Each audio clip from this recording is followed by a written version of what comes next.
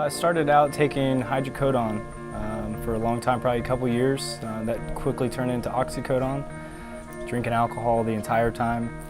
And then I went to treatment the first time, and when I got out of treatment, ended up with a group of people that didn't want to stay sober and found heroin, and that quickly turned into the worst probably month and a half of my life when I started using heroin.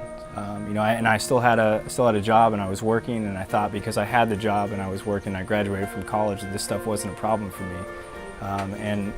As time progressed, I started to spend every dollar that I had on it. I started to slack off at work, started to miss time at work. I realized then that something was wrong, that this wasn't the way that I was supposed to be living my life.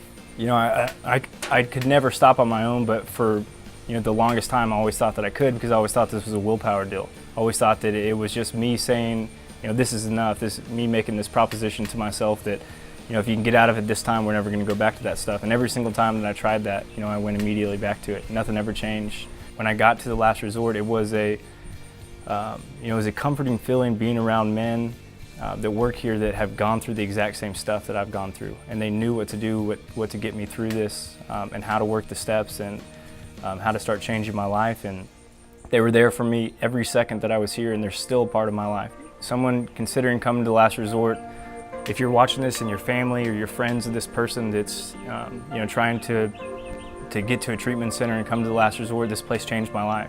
It's not just a memory, it is the best memory of my entire life, because I got the opportunity to come in here and get honest and work the steps, and now I have an incredibly awesome life because of it.